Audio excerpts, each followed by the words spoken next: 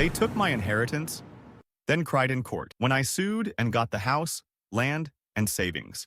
I can't believe you dragged us all here, my cousin Tyler muttered under his breath, shooting me a look of pure loathing. We were standing in the hallway just outside a courtroom that smelled of stale coffee and recycled air. Fluorescent lights buzzed overhead, flickering in a way that made my nerves feel even more frayed than they already were. I tried to swallow the lump in my throat. Outside those wooden double doors lay a final decision that could either restore my faith in justice or shatter what was left of it. In that moment, I thought back to how everything had spiraled out of control. Just a few months earlier, my mother had passed away. She'd been battling a chronic illness, and despite the sadness of her final days, I never imagined that her death would tear our family apart. I'd grown up believing we were close, even if we had our share of disagreements. But the battle over her will revealed a side of my relatives I never knew existed. What lay ahead in that courtroom would decide if the house, the land surrounding it, and the modest savings she'd left behind would remain in my hands, or if my cousins and uncles who had systematically robbed me of those things would get away with it. Tyler kept staring at me, and just a few steps away was my Uncle Jeff, pacing in tense little circles. Every so often, he threw a venomous glance my way. I could almost hear him thinking, "You really want to do this, kid?" I didn't want to be there any more than they did, but I had no choice. They had lied, manipulated, and stolen from the inheritance my mother had left. Worse, they had tried to paint me as the villain in front of everyone, including the authorities. But let me back up a bit to when I first realized something was very wrong. It was about 2 weeks after Mom's funeral. I was still reeling from the loss, trying to wrap my mind around the fact that I would never again see her smile or hear her laugh. I'd taken a few days off work to deal with the estate paperwork. Not that I was thinking much about property or money at the time. Mostly I was wandering around the old house, flipping through photo albums and trying not to dissolve into tears every time I stumbled upon her belongings. The place felt so empty. No matter how many lamps I switched on, it was as though a gray haze lingered in the rooms, like the house itself was mourning. That was when Uncle Jeff showed up with Tyler and my other cousin Cassie. They arrived unexpectedly one Saturday morning, knocking loudly at the front door. When I opened it, they walked right in, barely looking at me. Cassie made some vague attempt at a condolence greeting. "Hope you're holding up okay." But Tyler just glanced around as if he were appraising the furniture. Uncle Jeff cleared his throat and dove straight into talking about the will. "Your mom," he said brusquely, "must have left some instructions, right? Or documents. Because this is the family home." I remember a jolt of alarm shooting through me at the way he said family home, almost like a warning. I told him I had found a sealed envelope labeled Last Will and Testament in my mother's desk drawer, but I hadn't opened it yet. Honestly, I was putting it off. The finality of it scared me. But Jeff just gave me a grim look and announced that we should read it now. So we did. And in that moment, I found out the specifics of my mother's wishes. She had left everything. Our old 2-story house on Oak Ridge Drive, the small patch of farmland behind it, and her entire savings account, to me. She had made minimal provisions for extended family, basically small gifts of personal items. I felt a swirl of emotions. On the one hand, it made sense. I was the one who'd taken care of her for the last couple of years, driving her to medical appointments, making sure her bills were paid, and helping her however I could. My cousins and uncles had rarely shown up, if at all. On the other hand, I worried it might cause some friction. Clearly, I had underestimated just how furious they would be. The house fell silent after I read the terms out loud. Then Tyler let out a sharp laugh. "Of course," he said, voice dripping with sarcasm. "How convenient." Cassie glowered at me like I'd orchestrated the entire thing myself. Uncle Jeff kept gripping and ungripping the back of a chair until his knuckles turned white. "Well," I managed to say, trying to keep my voice steady, "this is what she put in writing. I didn't ask for it." Uncle Jeff scoffed. He began firing off questions. When did she sign it? Who witnessed it? Was she actually coherent when she wrote it? Why didn't she tell the rest of us about it? The insinuation was clear. They thought I had manipulated her or forced her into leaving everything to me. Cassie stormed out first, muttering something about getting legal advice, and Uncle Jeff followed. Tyler lingered by the door just long enough to fix me with a stare that made my skin crawl. Then he slammed the door behind him. I tried to shake it off. I told myself they were just upset, still processing grief in their own dysfunctional way. Maybe in time they'd calm down. But over the next few days, I noticed strange things happening. Certain documents I was sure my mother had kept in her desk drawers, deeds, receipts, insurance statements, were nowhere to be found. The back door, which I always kept locked, appeared to have been tampered with. Feeling uneasy, I went to a local bank to check on her safe deposit box and found out I didn't have access. Someone had come in just days before her passing, claiming power of attorney, and changed the authorization. I had no idea who could have done it or how. Then came the official reading of the will at the lawyer's office. Uncle Jeff, Cassie, and Tyler were there, along with my father's sister, Aunt Linda, and my older cousin Marcus, who rarely bothered with family gatherings. As soon as the lawyer read my mother's directive, the room erupted. Cassie said it was immoral, and that the entire family deserved a share. Tyler angrily proclaimed that I had obviously tricked her, since we all knew she'd been ill. Aunt Linda, with tears in her eyes, just shook her head, as if I'd betrayed some unspoken code. The lawyer tried to keep order, but the tension was overwhelming. By the time it ended, Uncle Jeff had threatened to contest the will. Cassie was crying in the corner, and Tyler was talking about how the entire estate needed to be put on hold while they investigated. I left the office numb, not even sure if I was angry or just profoundly hurt. It wasn't long before the lawsuits started piling up. They claimed my mother was of unsound mind. They claimed undue influence. They said I had restricted her access to other family members. Newfound witnesses emerged, swearing they had heard me raise my voice at my mom or that they saw me pressuring her into signing papers.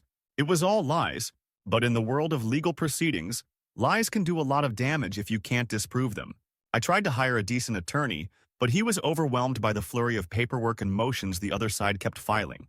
I poured my savings into fighting back, and still, it felt like I was barely keeping my head above water. Eventually, they managed to temporarily lock me out of the property through an injunction, claiming the entire inheritance was under dispute. I'll never forget driving up to the house one afternoon, intending to check on the place, only to find new locks installed on the front door. Tyler stood on the porch, arms folded, telling me I was trespassing. My own house, my childhood home, and I was being kicked off the premises. Even as I raged, the heartbreak was worse than the anger. This was where I'd grown up. The scuffed hardwood floors, the old oak tree in the backyard, the squeaky gate. It all held countless memories of my mother and father, of laughter and family dinners. And now I couldn't even step inside. I lost my job not long after that. Constant court dates, emergency hearings, and stress had made me a wreck. I was missing shifts, forgetting tasks, and eventually my boss told me he had to let me go. With no steady paycheck, I found myself spiraling. I ended up crashing on my friend Jake's couch for a while, then moved into a cramped studio apartment in a rough part of town. The only reason I could afford even that was because I maxed out a credit card. I started having panic attacks at night, thinking, is this what my mother would have wanted? Her final wish was to leave me something so I could build a future, maybe fix up the house, start my own business. Instead, I was teetering on the edge of financial ruin. Just when I was about ready to throw in the towel, I encountered a lifeline in the form of a new lawyer named Ben Harris. Our meeting was pure coincidence. A mutual friend put us in touch after hearing me vent about my situation. Ben was calm, methodical, and not intimidated by the sheer volume of false evidence the other side had compiled. He actually seemed eager to unravel the lies. He listened intently as I told him every bizarre detail about the missing documents, the safe deposit box, the suspicious power of attorney that appeared out of nowhere. He drummed his fingers on the table and said, "I've handled a few inheritance scams before. We can beat this, but it won't be easy. You have to be prepared for a long fight." And so began the slow, grueling process of gathering proof. We subpoenaed bank records, compared signatures, and hired handwriting experts to analyze the so-called amendments to the will my relatives had produced. We discovered glaring inconsistencies, suspicious date stamps, mismatched signatures, and testimonies from neighbors that directly contradicted the lies told in court. Bit by bit, we built a mosaic that revealed just how orchestrated this entire scheme was. The scariest part? People I'd trusted my whole life, relatives who attended my birthdays and gave me Christmas cards, had colluded to destroy my credibility and steal what my mother left for me. One day, while going through a dusty box of my mother's belongings, I found old letters she'd exchanged with her best friend, Judith Parker.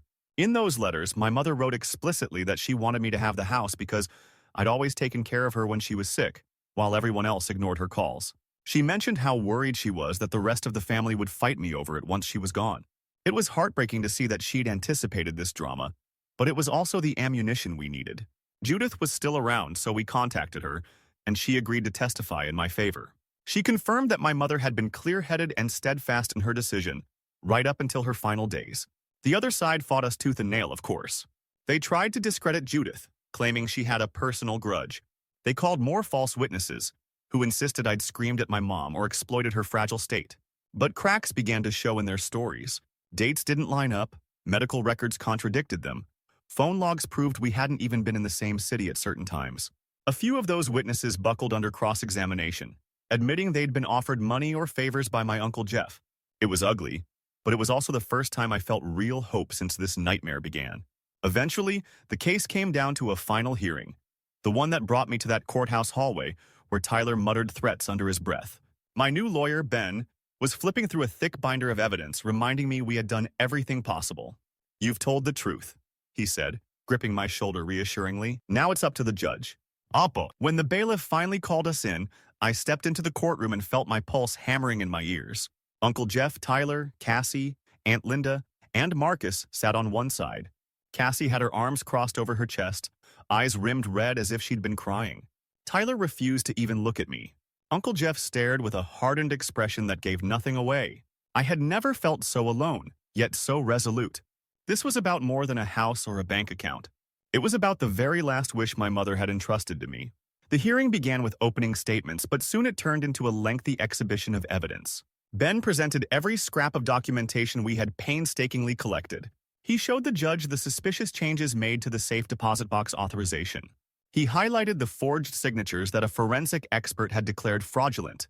He demonstrated the text messages from Tyler to one of the paid witnesses, telling him exactly what to say on the stand.